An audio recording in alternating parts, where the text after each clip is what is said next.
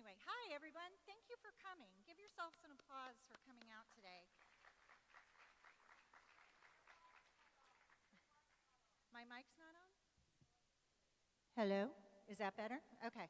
I just wasn't close enough. All right. Welcome. I'm Peggy Taylor. I'm with LWCC, and I am so pleased to have everyone here today to hear from Senator Kaine. Also, I just wanted to do a little bit of business. There are some things of upcoming events that's on the slideshow. All of those things are posted on the Facebook page and have links for them. You can go there and you can find whatever it is you're looking for.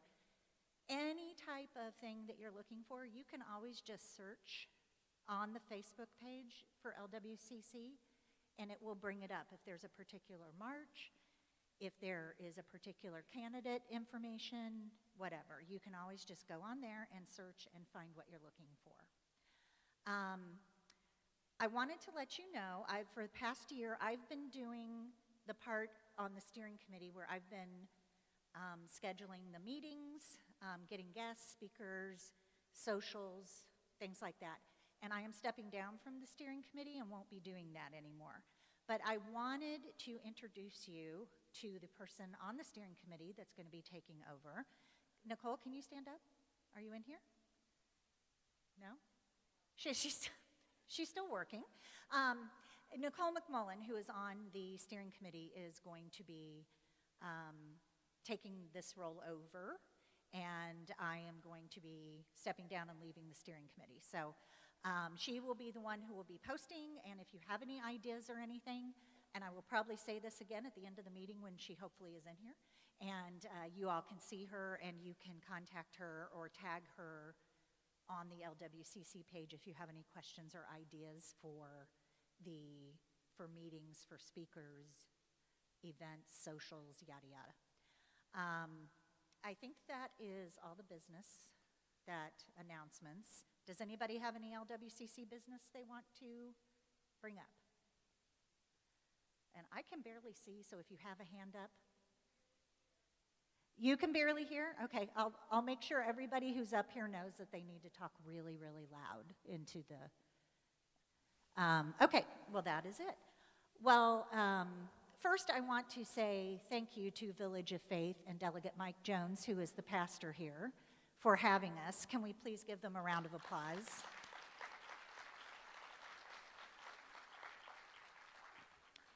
They have staff here today. They've opened their building and everything, and we greatly, greatly appreciate it. And Lamont, if you want to put up that slide for me, I would just ask you, in helping support their building and their facilities, if you all wouldn't mind taking a look at ways that you could donate, maybe $5 or so, to help with having staff here today, having these facilities used, and the gracious welcome that we got from Village of Faith, and I appreciate it.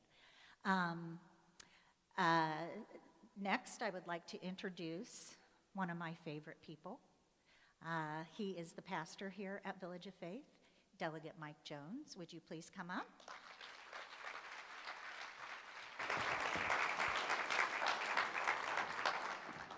First of all, good afternoon to everybody. All right, this is a black church. Good afternoon to everybody. Y'all got to talk to me. Y'all got to talk to me now. Now, I'm going to be honest. Most of the village is not coming to church tomorrow because it's a holiday weekend. So we're going to have a little bit of church tonight and at least get half of my sermon out the way. But honestly, I want to thank Peggy and all the members of LWCC for choosing to share with us here today and host it here. The Village of Faith, we're actually celebrating 20 years of ministry this year. 20 years. We started in Eastern Henrico December 5th at Varina Elementary School, and 2 years after that we launched at O.B. Gates Elementary School right down the street here. And then we were fortunate to buy this property on this side, and so we're just glad to do the work that God has allowed us to do for some 20 years. Every day a church closes in America to never open again. And that's a very, very sobering reality. And so we're glad that you're here. And do me a favor, this is really our gift to the community, all being in here. And Peggy, we were thumb wrestling outside to see if y'all do it. Whatever y'all give today, I'm going to give it to Lamont because he's been here since 1:30, 2 o'clock. So whatever you give, it's not going to the church. I'll just make sure Lamont gets it. Now, tomorrow starts a great day for men in our church. It's fantasy football season. We have a fantasy football league. And this is how petty Lamont is. Lamont, because his booth is right here, he'll put a spotlight on the trophy that he's won for the past 2 years so that every Sunday it's right in my line of view. So, but again, we want to welcome you here. It's really an honor to stand before you today. I am the pastor of the Village of Faith. And as well, a proud member of the Virginia House of Delegates. Many of you are here for the first time. We want to welcome you here. And let me say this, we're not just a church, we're a movement of radical love in action. One of the greatest ministry events we do is called Cars for Christ. I was a young boy raised in San Diego, California, and parents got divorced, and my mother raised us. And she had a boyfriend that would play hide and go seek with the car every now and again. And I was too small to do anything about it. And so I figured once I got old, once I got big enough, I wanted to ensure that a single mother never went through what I saw my mother go through. And so, we've given away 66 cars to date to single mothers in our church over the past 20 years. And the key, you talk about economic mobility. You need a car in today's society, and so that's something that we've done. That's just a little boy shouting inside of a grown man of how I can help and make a difference. After a few years, we had given all the women in our church that needed cars, so we just started giving them you didn't have to be a member of the church, you didn't have to be a Christian, you just had to have a need, and that's something that we focused on here in ensuring that the most vulnerable among us are able to take care of themselves and their children. In the legislature, I led the battle as president of city council to remove the Confederate monuments. It was a legislative process that believe it or not, it started, Senator Kaine, the Monday after the Unite the Right rally. Heather Heyer lost her life, and I called Alan Jackson, the city attorney, in, and I said, we've got to do something with these statues. And it was a 2-year battle because we had to go before the General Assembly to get the authority to take them down. But we led that battle, and we fought that battle, and we saw justice prevail. As well, as a junior member or a freshman member, as a new member of the General Assembly, I fought for an auto sear bill because our children in South Richmond walk streets in fear of gunfire. There was a shooting that took place at the Pep Boys on Midlothian Turnpike, right behind Miles Jones Elementary School. And I saw the chief there. I said, how did they dispel so many bullets in such a short amount of time? And they talked about this thing called a Glock switch, an auto sear, which makes a semi-automatic handgun fully automatic. And so that was a piece of legislation. Our governor, with all the bills that he has vetoed, he's vetoed the most bills in the history of our Commonwealth, but he signed 4 pieces of legislation on guns, and mine was one of the first, and I'm glad that we're making our streets a little bit safer. Liberal women of Chesterfield County, you embody the prophetic tradition of justice seekers throughout history. And Senator Kaine, we know and we welcome you here into this sacred space where faith and justice embrace in holy matrimony. There is no church without justice, and there is no justice without different walks of faith coming together to say this is not how life should be. And so we want to embrace and thank each and every one of you for being here today. We gather not just as citizens, but as truth tellers in a time when truth itself is under assault. Mark Twain once said that a lie will be halfway down the block, before the truth even laces up her shoes. And something he spoke so long ago, we see it play out every single day. I have a fraternity brother who's on Fox News, and I call him often. I'm like, Kevin, what in the world are you doing? Can we get you back to NBC, brother? But these are perilous times, and I'm just grateful that on this holiday weekend that y'all have sought to take time to talk about what's important to us as a community, what's important to us as a county, and more importantly, what's important to us as a commonwealth. Now, the next person that I'm going to introduce, yes, ma'am. Oh, awesome. That's easy. That's easy. Then I can really just stay down the same vein because both of them are here just as much as I am. I'm going to let them preach one Sunday. But Clover, you're shaking your head. You are, though. Trust me. We have an awesome board of supervisors. I think her hair is better than my hair. I do. I am known by my bald head, and she is known not just for her hairstyle, but really for her fierce nature. Clover Hill Board of Supervisors, she flipped the seat blue. We need to say that in Chesterfield. She flipped that seat blue. She flipped it blue, and she has been doing the hard work to represent all of Chesterfield County. Jessica, can you stand up? Board of Supervisors, Jessica Snyder. Who else is on that side? Oh, here's someone else who's always at the village. No, seriously. Y'all should know this about your representatives out here. They're here so much, they're not new.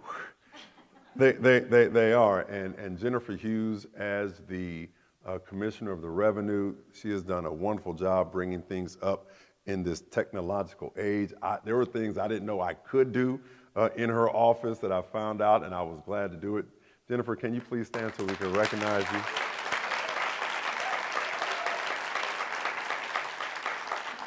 And the other challenge is, Tim, if you look up into the lights and look back down, you're in trouble. So don't look up, because then it's tough to see this front row. But again, the next person that I'm going to introduce, she is no stranger to the Village of Faith. She is no stranger to LWCC. She is no stranger to Chesterfield County.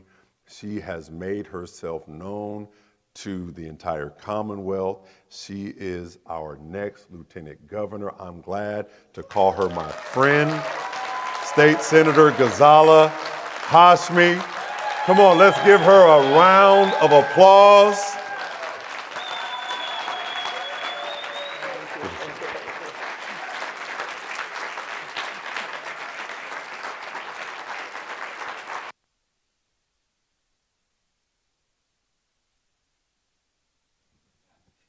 Yes, it is on. I will scream. Okay, thank you. Thank you so much, everyone. So wonderful to see you all here today. And look at you. Look at you on this beautiful Saturday where we are having picnics and opportunities to be with family. And you are here because you love your families. You know how critical this year and the next few years are going to be for all of us. You're here because you're fighting for all of us and fighting for this country. So thank you so much for being here, being part of this conversation. I just want to thank LWCC. You know, Mike, Delegate Jones just said it best. The organizing, the efforts, the collaborative spirit that we see in LWCC has brought so much change in just a few years. You know, I was reminiscing with a few folks out in front about the changes we've seen in not just in Chesterfield County, but Chesterfield County and beyond, because that's the purpose of LWCC. We have seen so many seats go from red to blue, and what that means is that we have seen our election of individuals who are truly committed to the work that's going on in protecting lives, fighting for justice, making real change here in the Commonwealth, and so much of that work is inspired by what happens with LWCC. So thank you for everything you're doing. I want to pay a debt of gratitude to the founder of LWCC, you know, Kim Drew Bright, whose memory we honored again recently. We lost Kim about a year ago, just over a year ago, but the legacy that she has left for all of us has been so profound, and it is a debt that we must each continue to move forward as we try to work hard for the kind of change, the kind of purpose and values that Kim deeply shared and wanted us to continue. So we know we're going to continue in her faith. And thank you to the Village of Faith for hosting us. Thank you, Pastor Mike Jones. You know, some of us know him in two capacities. And I would just invite anybody on a Sunday, if you're looking for a church family to come to, this is one of the most warm and welcoming spaces for anyone to come and visit. So I know the door is always open. And thank you so much, Delegate Jones, for your leadership and everything that you're doing. I know everybody here knows how critical an election year we're facing every year. There's an election in Virginia, we like to say, and in some parts of our Commonwealth, there's an election every month. You know, there's a lot going on in Nova right now, so there's elections going on, and they're going to switch immediately into the statewide and the House of Delegate races, and then immediately after that, we're going to see even more elections, because we love elections in Virginia for some reason. But the good news is that we're fighting hard. Democrats in particular are fighting so hard this November. All eyes of the country are on Virginia because we have the most consequential elections going on this November. I know there's a little something going on in New Jersey, but no one's paying attention to New Jersey. Everyone's paying attention to Virginia. And we've got to send a loud message to the rest of the country. For the first time in Virginia's history in a long, long time, we have 100 Democrats running in 100 House of Delegate races. And for the first time, so many localities actually have someone that they can vote for, that they want to vote for. This is going to inspire so many voters to come out, and early voting begins in just a few weeks. So we know we're going to make positive change in the House of Delegates, continue to hold on to the majority, but also expand that majority. And why is that so critical? We absolutely need to have a strong majority in the House to join again with the Senate to pass those three critical constitutional amendments: the right to marry who you love, the right to vote, having your restoration of rights guaranteed officially, and also the right for reproductive health care. This is what we've been fighting for in Virginia for so long. We're going to get that done this January, so that's what's at stake as well. We are also fighting for the competency of a strong attorney general. Now, my good friend, Delegate Jay Jones, is more than ready to take on that challenge. He's more than ready to take on Donald Trump. He's going to be joining that coalition of Democratic AGs, taking Trump and the administration to court, challenging on those breaches of our constitutional rights, making sure that Virginia is protected, that Virginia is represented. That's the kind of leadership we need, and Jay Jones is going to bring that.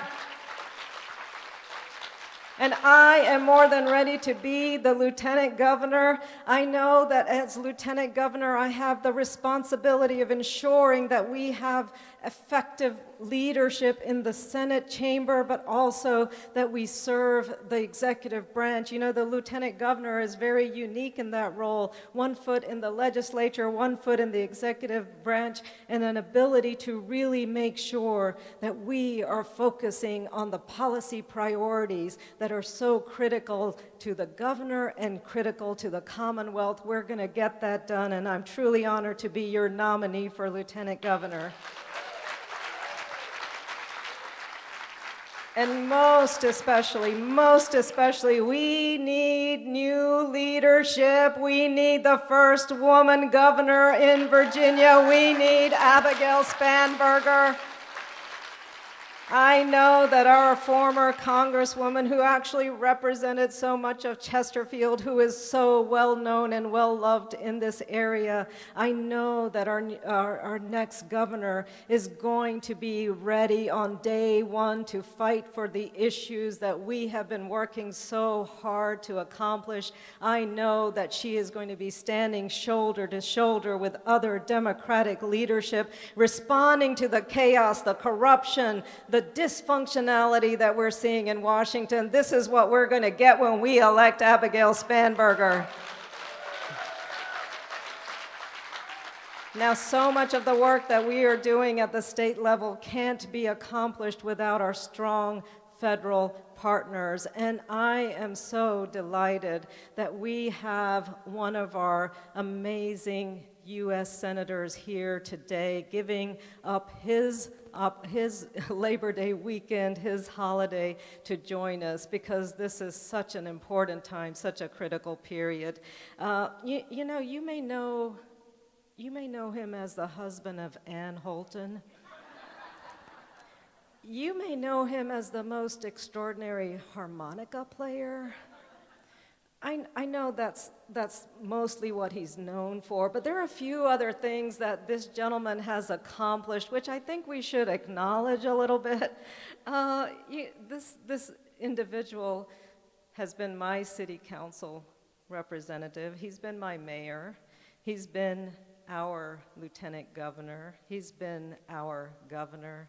And now he is the extraordinary senator representing Virginia. Let's please welcome Senator Tim Kaine.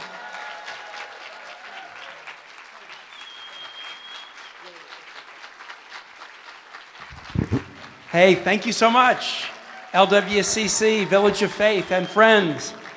I am so excited to be here with all of you, and I want to basically do three things. Thanks, a description of the moment, and then what is the plan, in particular the plan from the federal level. But then the most important thing is Peggy has gathered a whole series of questions, and I want to answer questions and take your advice.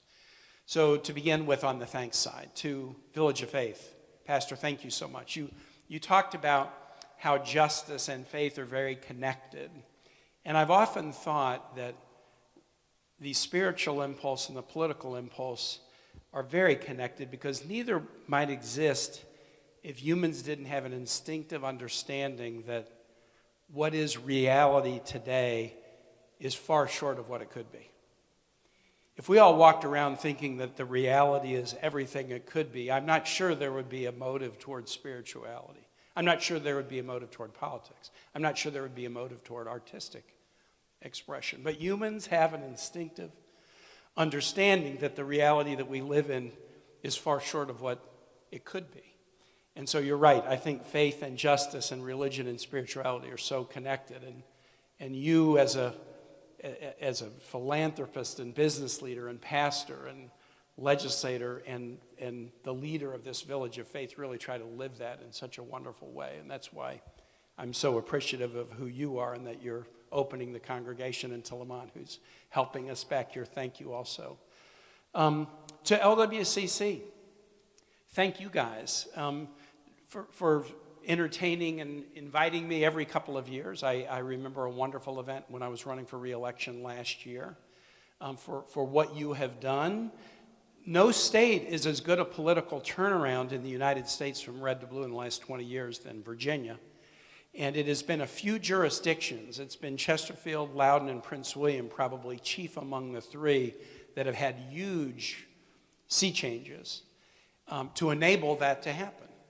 The Virginia story is a powerful one, but it really is a grassroots story about some communities that have really switched from red to blue, and none have been as powerful as Chesterfield, and LWCC has been such a key part of that. So, Peggy, to you and all for LWCC, thank you so very much.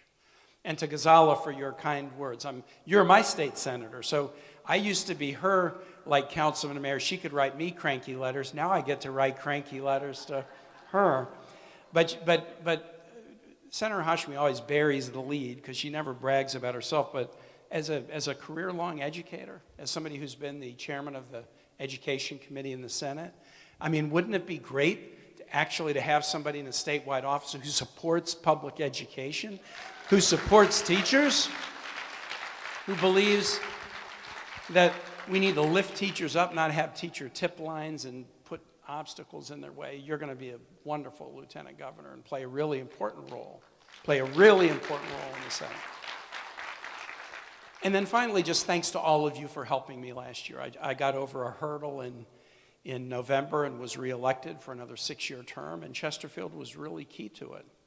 And so to all of you for being part of grassroots activism in Chesterfield, and some of you are not from Chesterfield. I've already talked to a couple of Richmonders and Henrico folks, but thank you for helping Virginia show strongly. 6-point win for Kamala Harris and Tim Walz. I won by more. It's hard to believe that a Virginia that was as red could be during most of the time I've lived here has now gone 5 presidential elections in a row with electoral votes behind a Democratic candidate. So I want to thank you for your support last year. So the thanks. Now let me get real serious. The moment. This is one of the most consequential and dangerous moments in the history of this country. I'm 67 years old. It is by far the most consequential and dangerous moment in the history of our country during my life. I think the only real analogies would be in the 1850s and 60s, and then maybe in the 1950s and 60s. And the dangerous moment is not a moment that was unpredicted. On July 5, 1776, while the A team was in Philadelphia, there was also a Virginia convention going on in Williamsburg to elect the first governor, pass the state constitution, pass the Virginia Bill of Rights. The fourth thing that happened on July 5th, 1776 was that a 4-member committee came up with the state seal of Virginia, a woman representing virtue standing atop a monarch with a crown that had fallen off representing tyranny, and the motto, Sic Semper Tyrannis. Now, why did they pick that motto? Why did they pick as the motto, thus be it always to tyrants, and use the future verb tense, not the present verb tense? Thus be it ever to tyrants, thus be it always to tyrants. They did it because they realized tyranny was a fact of human nature that was not going to change, and that we needed to have a government that could be a bulwark against tyranny. They knew that this would happen. They knew that tyranny wasn't going away when England was sent packing. And they knew that we always had to be on guard against it. The moment we're living in right now with a president who is destabilizing institutions, constitutional freedoms, independent judiciary, free press, etc., is what they predicted. It was what the framers of the Constitution predicted 13 years later. 1787, we had a government that didn't really have an executive. They chose to put in an executive, but they had to put a lot of guards in place because they were so worried, knowing the reality of monarchs, kings, emperors, czars, etc., that there would be an overreaching executive. And so they put mechanisms in place in the Constitution to guard against tyranny. They knew that it had happened in human history. They knew that it would happen again, and that's what is going on right now. We are in a battle against a tyrant. And we have to win, and the only guardrail is us. The Constitution is no guardrail if people aren't willing to stand up for it. Courts aren't a guardrail if the wrong people get appointed. The legislature isn't a guardrail if the majority party just caves in to an executive. The only guardrail is our fidelity to wanting to have a small d democracy and wanting to practice values like the equality of all people. So this is high stakes. There are some who say that this is just a time of politics as usual and maybe 10% more extreme. No way. This is the battle against tyranny that the framers predicted would happen during our history because it had happened throughout human history. I lived in a military dictatorship in Honduras when I was a missionary in 1980 and 81. I've seen it. I've seen it. Never thought I'd live in a country that would have it, but I've seen it and I recognize it, and it's what's happening now. And it's why the pressure on all of our shoulders is pretty significant right now. We're going to have a 250th birthday party of the nation next year, and we get to determine whether it's a celebration or whether it's a wake or a requiem. And I'm very focused every day when I get up that I'm going to do everything I can, and I imagine you are all the same way, to make sure that that 250th is actually a celebration and not a wake. The plan, and then I'll open it up for questions.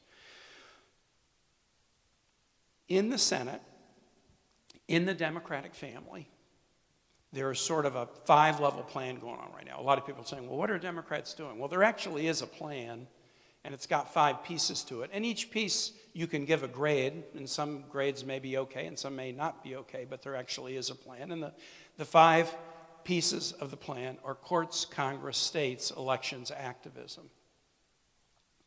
Courts, we started filing lawsuits on day 1. Donald Trump had done us a favor by putting Project 2025 out so we could predict a lot of what might happen. He started doing executive actions on day 1, and we started filing lawsuits on day 1. And we're winning a lot of the lawsuits, not all of them.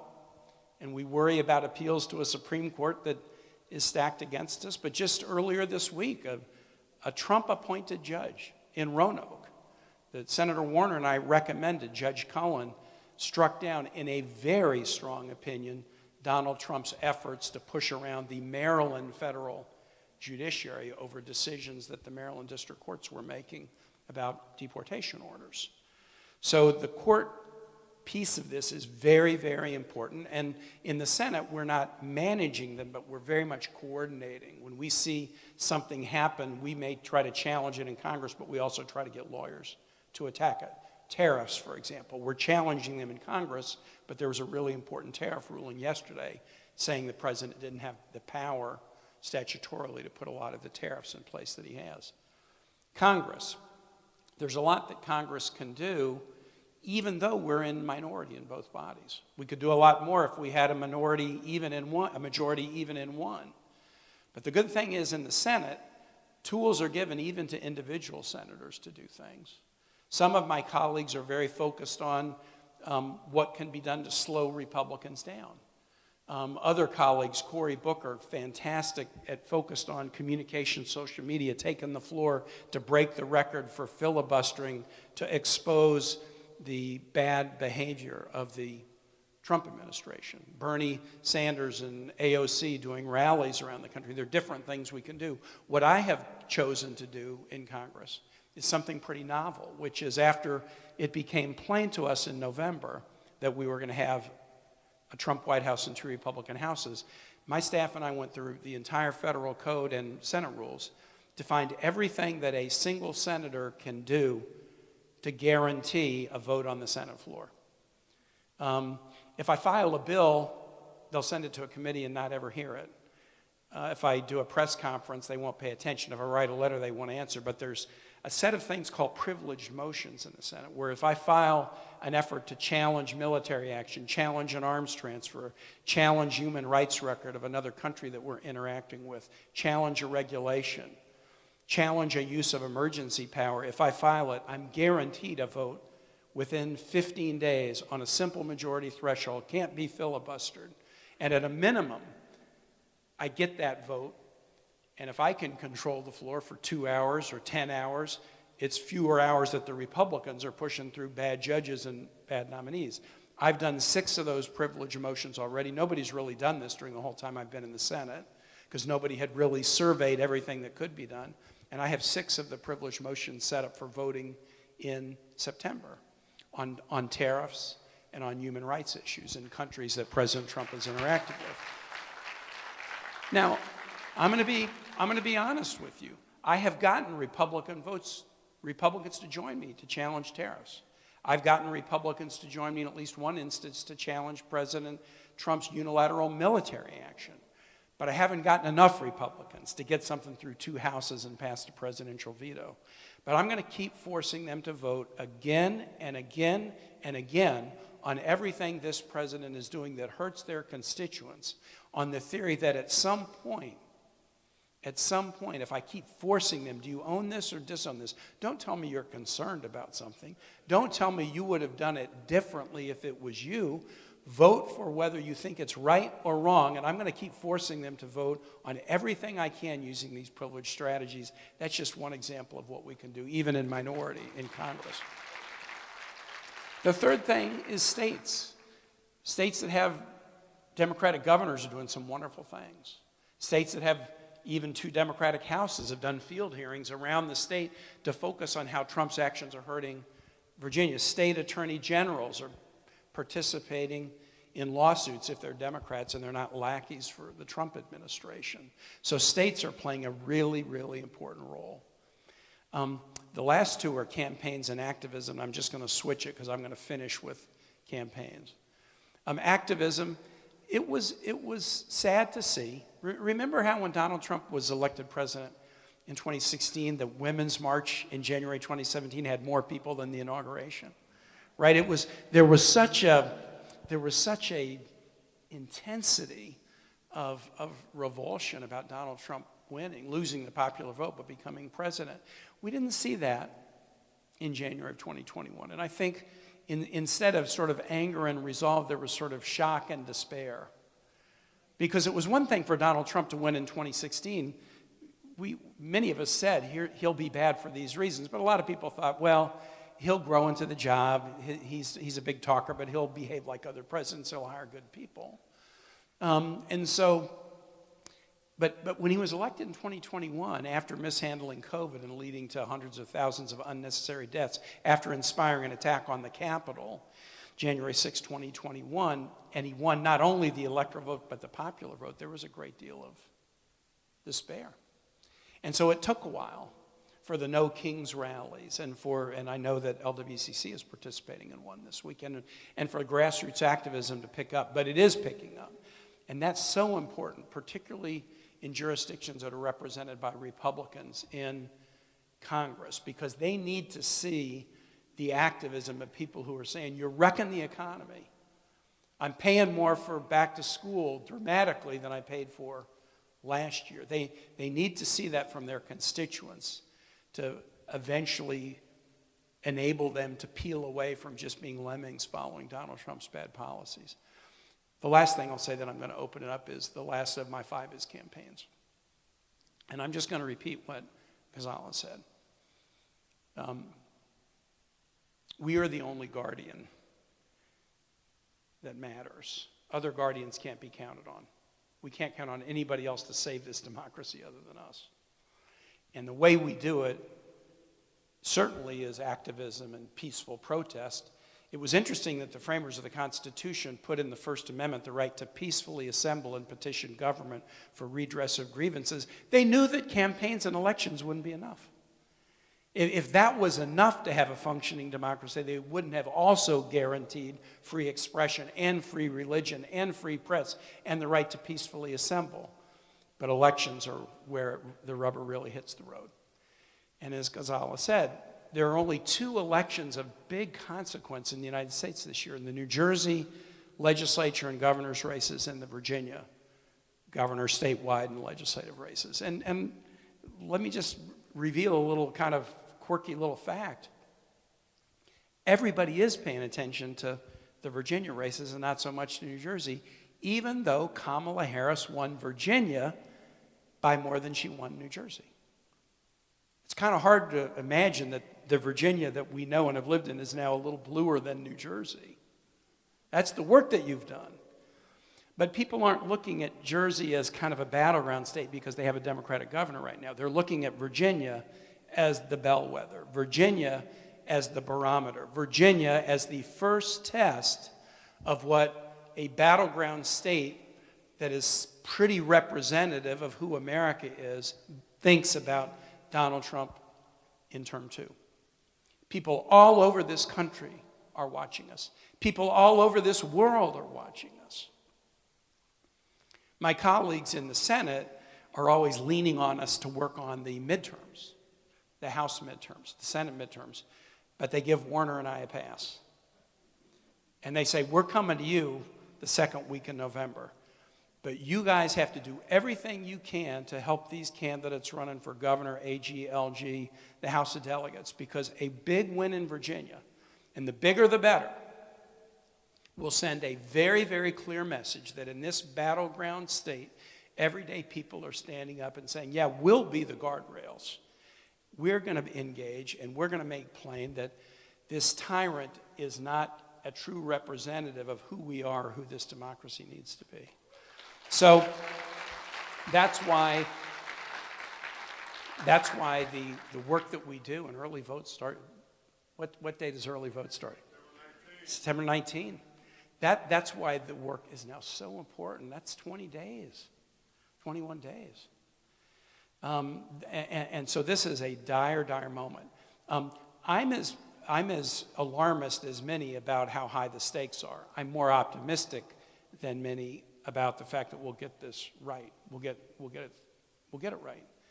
And my optimism is frankly born because of 30 years doing politics in Virginia. When I moved to Virginia in 1984, we were the chief user of the death penalty in the history of the United States of America. We're an abolition state now. Women in Virginia have more rights than women in many, many other states. Immigrants in Virginia have more rights than immigrants in many, many other states. We protect LGBTQ rights more in Virginia than many, many other states. And with the 3 constitutional amendments, we can go farther. Why would I despair about the possibility of America getting through this tough chapter and coming out on the right side when I've seen Virginia in the last 40 years go from a state that was a backward-looking, economically stagnant, unfocused on education, politically non-competitive state into a state where everything we're doing we can do better. No complacency.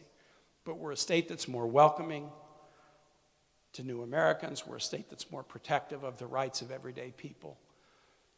The movement that I've seen in Virginia gives me no reason for despair about the same trend that we can see in this country if we put the hands to the oars. And I know we will, and I know you do. So thank you, and I'm now going to open it up.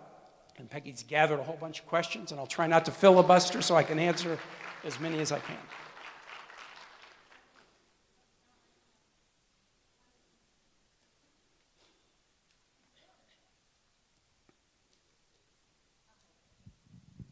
Okay.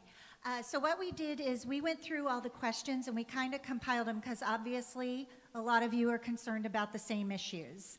So what we did is we're trying to get all the issues people brought up and consolidated down into a question so that he addresses that particular topic. So in the vein of what we're doing now, is the Democratic Party playing a new game with old rules where the law, decorum, and process no longer seem to be valid things that are looked at? Yeah, what a great question. Because I think a lot of us are grappling with this sort of tactical question. I don't think, and this is just my personal opinion, I don't think we can say the other guys are destroying all the institutions so we can destroy them too. This nation depends upon institutions like the rule of law and courts that will, follow the rules. And so we have to be very, very tough, and there's some areas that I'll get to in a sec where I think the Dems took a while to adjust to the new reality. The Democratic Senate majority did an infrastructure bill and fixed the Electoral College Act and did a marriage equality bill, the first gun safety bill since the 1990s, and a manufacturing bill, and the Inflation Reduction Act, the American Rescue Plan. All that was done in a Democratic majority. But when the Democrats went into minority in January, my leadership, it took them too long to realize we're not the majority anymore. They operated out of the playbook that they had used in majority, and the minority playbook should be very different. And I do think that after a tough battle about the budget in March that really exposed some significant tactical divisions among Democrats, I do think that the Democratic leadership is now embracing we're in the minority and we got to fight real hard. Even the tools that I'm using, these privileged motions, my leadership didn't want me to do them because, wait a minute, you're not in leadership. We want to control what's on the floor. We don't want just one senator to file something and control what's on the floor. And I had to say to my leadership, you're not in leadership. You're in the minority. Nothing happens because the minority wants it to happen. And so once I had a shouting match with my own leadership about challenging tariffs by a motion that I would file, challenging Canadian tariffs, they eventually realized, you know what, we do have to use different tools. So I do think we're moving that direction. Okay, thank you. And our next question is, with information that is coming out and legitimate questions being asked about the validity of Trump's win, Yeah. can we be confident that upcoming elections will be conducted and counted in a fair and free manner? Very, very good question. And the answer is we can be confident in Virginia for now. And we have the power in our hands to even increase our confidence by padding the Democratic majorities and getting the right people into state offices. There are states where, no, I would not be confident if I lived in some states. And that's a shame to say, but the most important thing we can do is the thing that we have the power to do, and that's right here in Virginia. And I'll say one other thing about Virginia. Donald Trump may preach a message of division and anger and blaming and even hatred at the national level. He can't make Virginians act that way. He can cut grants that affect Virginia. He can lay off people that affect Virginia. He can try to push Virginia college presidents out. But he can't make Virginia be a state that's not one for lovers. He can't make Virginia be a state that is hostile to immigrants. He can't make Virginia be a state that doesn't protect women's rights or LGBTQ rights. We control that. And we control it for the good of our own citizenry, but also to shine a little candle out there that can be a candle to some in some darker places, like, hey, you can control your own destiny, and we have some examples to offer you. Okay, thank you. Our next question is a scary one for a lot of people. Yeah. With the military being deployed into states uninvited, without any legitimate reason for the president to do so, there are a lot of people that are afraid that there's actually going to be a coup. Yeah. Some seizure of power, cancellation of elections. Yes, that whole thing. Yep. What can the Senate do? What is the Senate doing? What is the leadership and the legislative branch doing to try to ensure that doesn't happen? Really, really important question. And it's timely because obviously we've just seen in the last month the deployment of National Guard and active duty to LA, to DC, the president's indication that he's going to do it in other cities. He mentions cities and they all have Democratic mayors. What about the even higher crime jurisdictions with Republican governors and mayors? This is being done in a completely political way. The timing, though, is also important for this reason. The first bill that we take up, we've been in recess during August, the first bill we take up on the Senate floor on Tuesday is the defense bill, which we do every year. It's the only bill that we do every year. And you're going to see massive debates in the Senate as we take up the defense bill in September over limitations on the use of the National Guard, limitations on the use of active duty. You'll see, I would suspect, in addition, you'll see amendments on use of U.S. military abroad, but you're going to see a very heavy debate beginning next week about limiting military involvement in domestic law enforcement in our cities. Now, it's going to be a test of Republicans' backbones because it's not going to be hard to get 47 Democratic votes to put appropriate limitations to respect the difference between military action and local law enforcement. But in many of these, we need to get at least 4 or 5 Republicans. In some, we have to get nearly a dozen Republicans to join us. So that's going to be a lift. Our Republican colleagues, many are still afraid to stand up to Donald Trump. And some who do then decide, you know what, I'm going to just quit. Tillis, he's gone. Joni Ernst is gone. Because even hinting at any disagreement led the MAGA minions online to, put their kids' addresses online and threaten them. And so they're just leaving. So, but you're going to see that issue of appropriate use of U.S. military heavily, heavily debated and voted upon beginning next week. Next, I mean, I could boil this down just into 4 words. Medicaid cuts, Medicare cuts. Yeah. What can the Senate and the Democratic leadership do to try to protect the least of our brothers and the ones in most need? Yeah. There were many horrible things about the Trump, big ugly bill. To my way of thinking, the most ugly part of it was the cuts to the safety net, Medicaid, Medicare, food stamps. The Supplemental Nutritional Assistance Program, about 800,000 Virginians get food stamps. Somewhere between 100 and 200,000 will either completely lose or significantly lose the benefit. And guess what? The benefit's $5 a day. It's not like there's a lot to lose. Try to buy enough food for yourself on that. So those were the ugliest parts of the bill. But I also believe they are the parts of the bill, particularly the Medicaid cuts, that are the most likely to engender fierce pushback among citizens against the Republicans who voted for it and against Donald Trump. You've already seen, in local press discussions of how much people's premiums are going to go up because Trump has had it in his mind. He can't even explain what Obamacare is, but he knows it's got 2 words he doesn't like, Obama and care. And so in the first term, he decided he wanted to get rid of it, and he couldn't.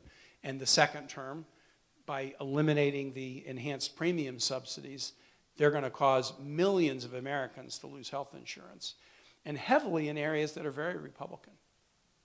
And so these cuts are going to hurt individuals' ability to access health insurance, and then because you're cutting programs that reimburse providers, it's going to hurt rural providers and lead many to close. And then they're going to fire people, so then that will lead to people losing their jobs. And then if you're in a rural community and you're trying to recruit a business to move in, and they ask you the question, well, like, where's the nearest hospital? Well, it's, 50 miles, 60 miles away. You're not getting economic prospects for your future if you don't have a healthcare network.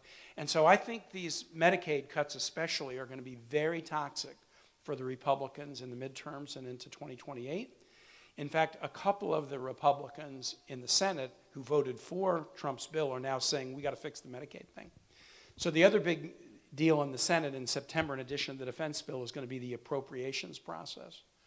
And you will see Democrats trying to restore, at a minimum, restore the premium support, and maybe even more of the Medicaid cuts.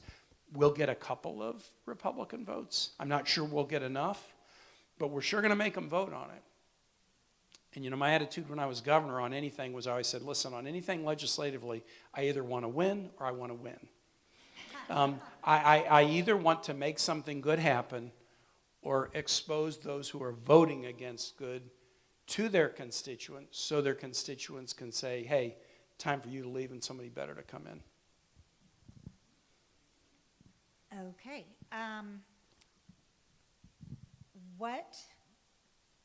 So there's a couple of things tied to this because we had questions on this.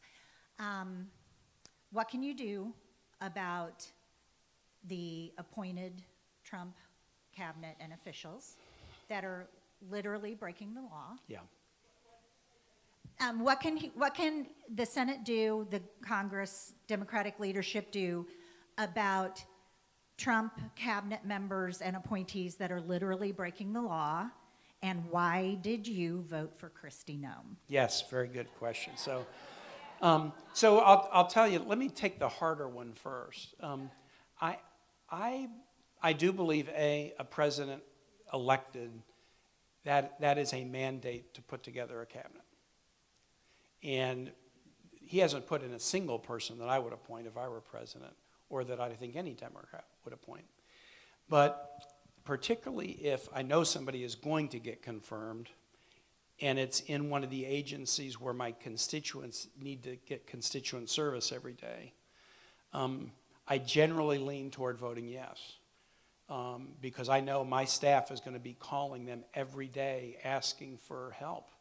And with DHS, there's all kinds of things that my constituents, 8.5 million, need help with in DHS every day. And I wish it were the case that when you call a cabinet secretary's office for constituent service, that whether you voted yes or no, you get completely equal treatment. But in 13 years in the Senate, I have discovered that that is not in fact the case. Nome is the one where if I was voting today, I would definitely vote the other way. But at the time, two-term governor, had more state employees than DHS does. I felt like, and it's one of my big 7 agencies. 1/3 of my staff do constituent services full-time. And it's one of my big 7 in terms of the frequency of my constituent needs. So that's why I voted for. Again, seeing how bad she's been, I'd vote differently today. And then just generally, you know, I led the opposition to Hegseth, and I got a couple of Republicans to vote against him, but not enough.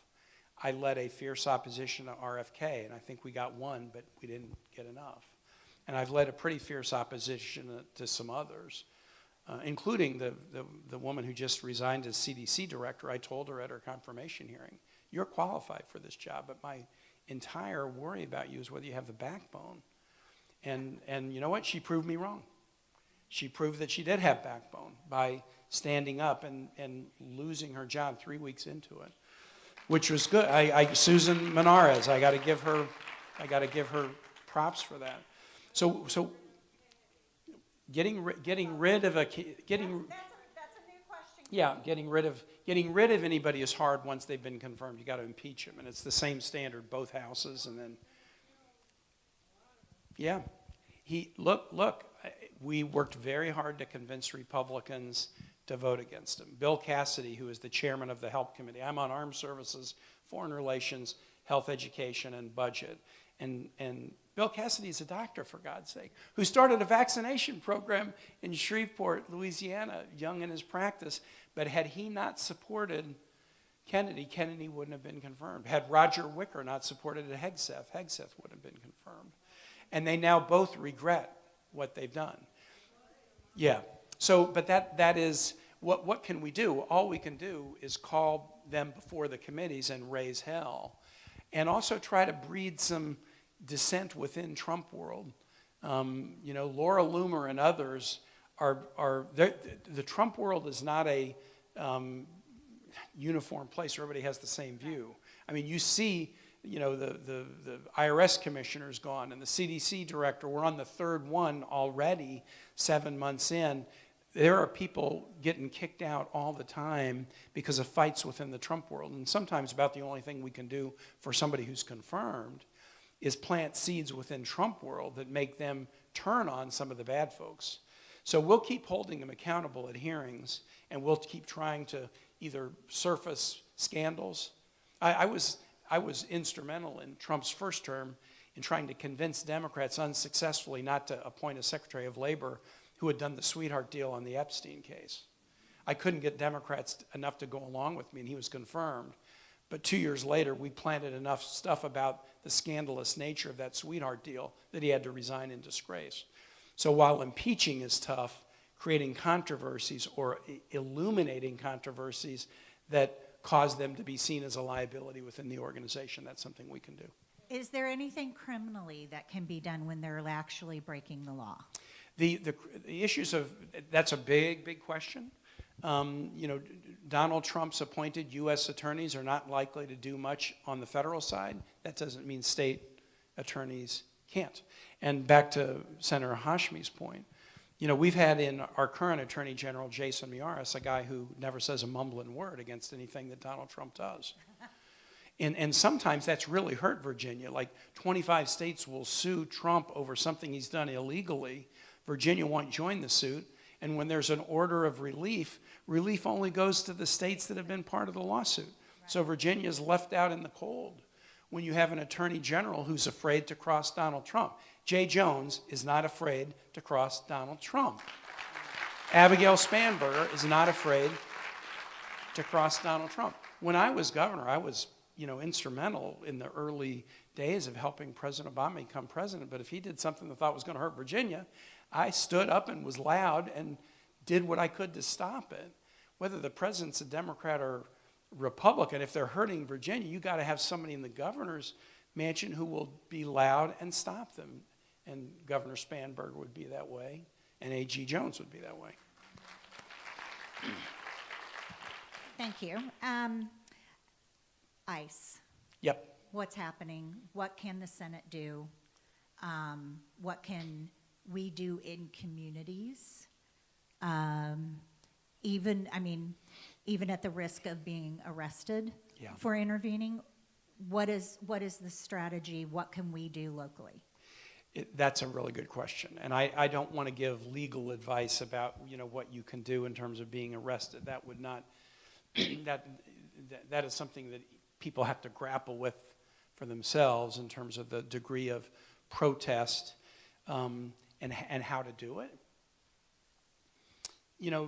I'll answer the question, but let's just first, define some terms. Donald Trump thinks immigrants are bad for this country. I'm going to prove otherwise very quickly. When I was born in 1958, 1 out of 100 Virginians was born in another country. Today, 1 out of 9 Virginians was born in another country.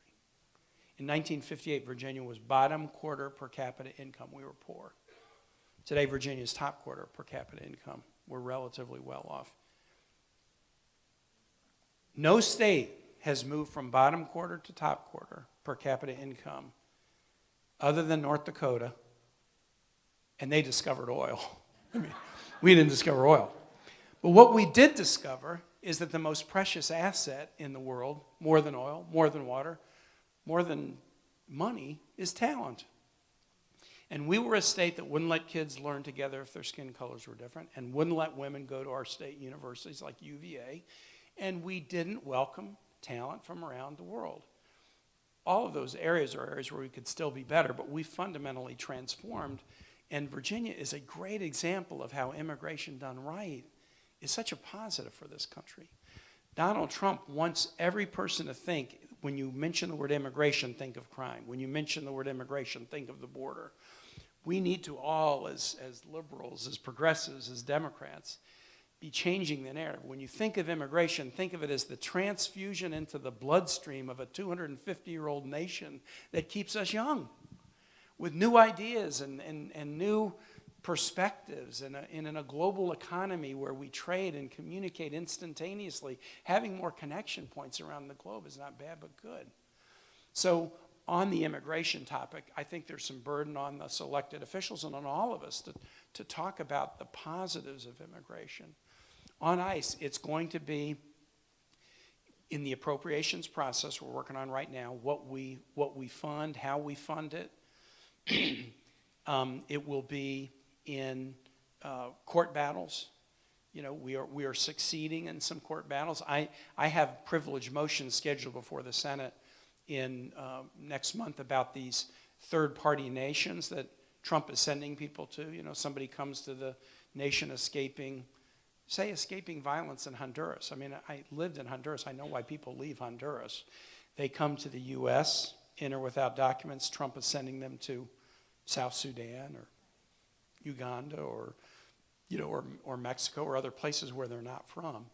We're challenging that with privileged motions in September. But I'll be honest, this is an area where we're not getting much Republican support. They've bought into the notion that immigration is the in case of fire, break glass argument that they will use to distract attention from everybody else. So we'll do our best in the appropriations discussion of some of the court matters and other legislation, but it may be one where it'll, thank you, Michael. I turned down water earlier, but now I definitely need it. But thank you for asking that. Okay, many, even though we talked about cabinet members and appointees already and what it takes to get rid of them, probably the most questions about an individual was about RFK Jr. Yeah. And piggybacking on to that, saving NIH and the CDC. Right. What can the Senate do, Congress, Democratic leaders do? What are they doing to save those and to get rid of him? Yep. Yeah, so RFK and then these health institutions. The CDC is the gold standard in the world in terms of a public health agency, and Donald Trump is turning it into trash. Turning it into trash. And What so is the reason behind, I mean, I don't understand the logic, if there is any. I mean, is Yeah. there some kind of political logic that we don't get as individuals behind that? I really can't give you the logic because, I mean, look at, if you were to say Donald Trump's first term, there were, in my mind, there were two successes, two things in the first term that I thought were really strongly positive. Not unalloyed good, but strongly positive. And one was the development of the vaccine. Operation Warp Speed's development of the COVID vaccine was truly amazing. But Donald Trump, instead of celebrating it and bragging about it like he brags about everything else he does or doesn't do, he hid that under the bushel basket. And now he's putting people in place who are trashing the very work product that he had a right to be proud of, not only for its effect on Americans' health, but vaccines that were done worldwide. And so I don't really know the logic. I mean, I have spent time with RFK because I'm on the health committee, which has the hearing on the confirmation. I talked to him at some length. And look, taking unnecessary additives out of foods, I think that's a good idea. But that's one of the few good ideas he has. He has all kinds of ideas that are just so specious. And when I was examining him before the committee, everybody else was going after him on vaccine skepticism and other things. And so I needed to have a different angle. I went after him over his professed skepticism about who was behind the 9/11 attack, thinking that some Republicans might find that a little bit troubling. But no, none of them. They were perfectly fine with the guy 20 years after 9/11 still suggesting that it was an inside job. And that's the guy who's the nation's chief health official. I'm going to give you my prediction about RFK. I think the way we might get rid of RFK is the way we got rid of Alex Acosta as Secretary of Labor in the first Trump term. Not enough people were troubled about his role in the Epstein sweetheart deal when he was U.S. Attorney in Miami. And so he got confirmed. But then it became more and more of a problem. And eventually, Trump realized this guy's a liability. We have to increase the visibility of the bad that he is wreaking on all of these agencies. And at some point, the administration may conclude that he's a liability. We're far from that now. But that is, I believe, I think I see the end of this chapter with him, and it's going to be just too much incompetence, too much damage, and then he will eventually become a liability, and the Trump administration will realize it. We just got to hasten that day. All right. We're going to do two more questions. One is, can you reverse, there's a lot of questions about AI. Yeah. So can you reverse the prohibition of regulating AI companies before the 10 years is up? Do you understand that?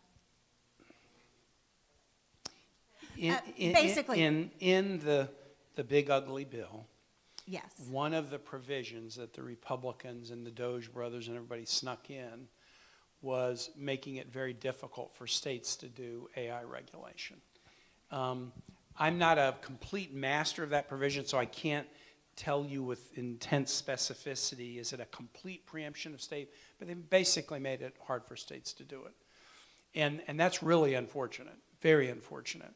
I think you could make a good argument that having 50 states sets of regulation about AI would be a bad idea. But often it's a few states doing it that make Congress finally decide, okay, we need to have a national standard. And if Congress isn't forced, sometimes Congress doesn't do the national standard. And one of the most effective ways to force the national standard is for some different states to do different things. So when you preempt states at all, you actually may even reduce the likelihood of appropriate federal regulation. I think it would be difficult to retract what they did in the big ugly bill. But as more and more people are experiencing AI, the job losses associated with it, inaccuracies connected with it, the need to do some kind of federal regulation increases. I mean, I don't know, how I'm kind of a Luddite technologically. I don't use AI very much, but recently, here's my one AI experience. recently, without me asking, my email provider started to provide an AI summary of email exchanges. So I send an email to you, you send something back, but then if I respond again, you respond again, AI starts to generate a summary of the entire thread. The summary is awful. I mean, it is so often inaccurate. And this is a pretty simple damn task. I mean, so if my limited experience is that AI is producing significant inaccuracies, then that's a more general experience. And that can lead, in a nonpartisan way, I think that could lead to some beginnings of regulation at the federal level. All right. Last question is mine. Yep. And it came from walking, some friends that were walking in. We were just talking about how great it is that you were here and that we get to hear it from the horse's mouth of what's going on up in Washington at the Senate level. And they said, I hope I feel better when I leave here. Yeah. And I said, well, if not, there is a Mexican restaurant with margaritas at the other end of the parking lot and a bunch of bars up and down Hull Street. So if we leave here feeling no better, we can always do that. I think maybe it would be better advice than what I gave for you to tell us why we should be hopeful. But I am always up for a margarita. Yeah. Okay. Well, yeah. So, I mean, that is talk about where's Pastor Jones, because this is like a religious question. It has all kinds of levels, politics. In a time when things seem bleak, what do you do to charge yourself up, right? And feel better, not despair. And, you know, we all have our own mantras. I mean, Mother Teresa said, we're not called to be successful, we're called to be faithful. So that's a religious one. I'm a big Samuel Beckett fan. And he has a beautiful one, and he's about the complete opposite of Mother Teresa, you know, kind of the meaninglessness of existence. But he has this beautiful line that says, I must go on, I can't go on, I'll go on. I must go on, I can't go on, I'll go on. And so on really bad days, then that's the one I cling to. But I do go back to this Virginia thing. I mean, I moved here to get married in 1984. It's a presidential year. I loaded everything that I owned in my parents' home in Kansas City, and my wife and I drove on Interstate 670 to St. Louis and on I-64 all the way to Richmond. We crossed the West Virginia border, and I'd driven about 50 miles in my little Ford Escort station wagon, and I said to Ann, it's a presidential year. We haven't seen a single Democratic bumper sticker since we crossed the Virginia state line. What kind of place is this? I mean, up until 2001, Virginia was the most Republican state from 48 to 2008, 13 presidential elections. We went Democratic once, LBJ over Goldwater. 12 out of 13 Republican. You know, when I was running for lieutenant governor, all three statewide, both U.S. senators, electoral votes since the 1940s, both houses of the state legislature overwhelmingly Republican. The congressional delegation overwhelmingly Republican. We're the best turnaround story in the United States. Virginia and Colorado are the two best red to blue turnaround in the United States in the last 25 years. I mentioned going from the chief user of the death penalty to an abolition state. I mean, that's just one thing, but that's a big move. And so when the chips are down, like, are we going to get through this? I just sort of think, well, I've seen it and been part of it with all of you, been part of taking a state, the capital of the Confederacy, the birthplace of the American institution of slavery. When the first Africans came into Virginia in 1619, there was no institution of slavery in English law, English statute, English common law. It was created in the colonies by the Virginia courts and the Virginia House of Burgesses. The institution was created right here. Capital of the Confederacy. Break away to, tear the nation apart to support white supremacy and the subhuman status of of Africans who had lived here for centuries. And so this is a state that's got a lot of scar tissue. It's got a lot of scar tissue. But the moves that we have made in the last 20 years, and again, there's nothing we're doing that we can't do better, tells me that nothing is impossible. And I truly believe that. I mean, our legislature has passed meaningful gun legislation. The NRA's headquarters were in Virginia. But we looked them in the eye and said, we don't care. We're going to do these things that are right. And so that, and this is a story about you. I mean, this has been because of you. Virginians, because of you in Chesterfield. You know, and so just no time to pat ourselves on the back, but you do have to recognize the accomplishments that you have been part of in a place that nobody would have predicted. And so that means, yes, we're in a tough chapter, and it's as existential as it gets. But we've shown that we're tough enough to do it. And we're democracy lovers enough to do it. And we still believe that virtue will beat tyranny. You know, the question that you ought to ask yourself every time you walk by that flag, and the problem with flags and things like it is you walk by it a million times so much you don't even look at it. Every time you walk by the Virginia flag, you should look at that emblem of the woman representing virtue standing atop the deposed monarch representing tyranny. And it's not two systems of government, it's two moral values. Virtue will defeat tyranny. The questions that we have to ask ourselves, do we still recognize tyranny when we see it, and do we still have the virtue to defeat it? But I ain't pessimistic about the answers to those two questions. Hey, thank you so very much. And I'm going to stay outside there and visit to Pastor Jones, to Lamont, to the Village of Faith team, and to LWCC. You guys are great. Oh, my goodness.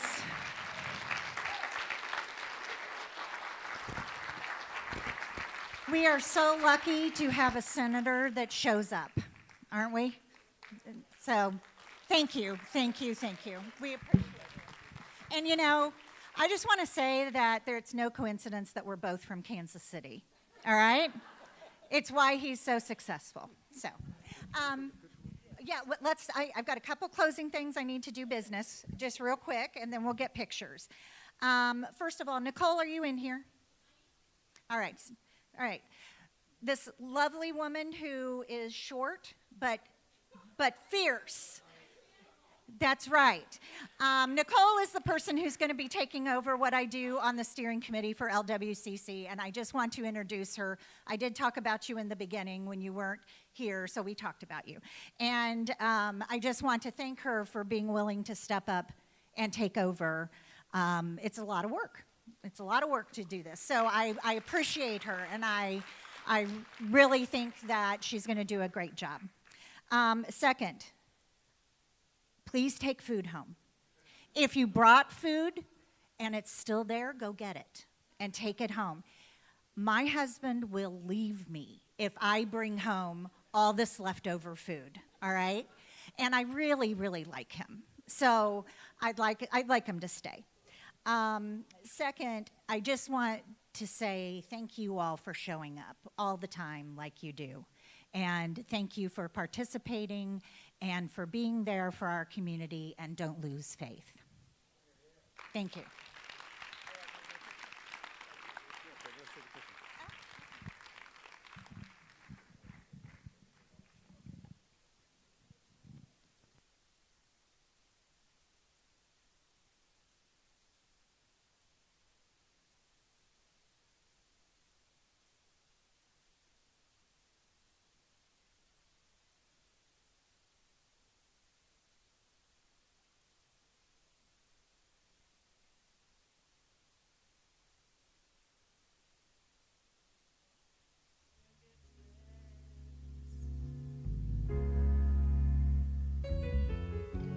When she gets weary, try a little tenderness.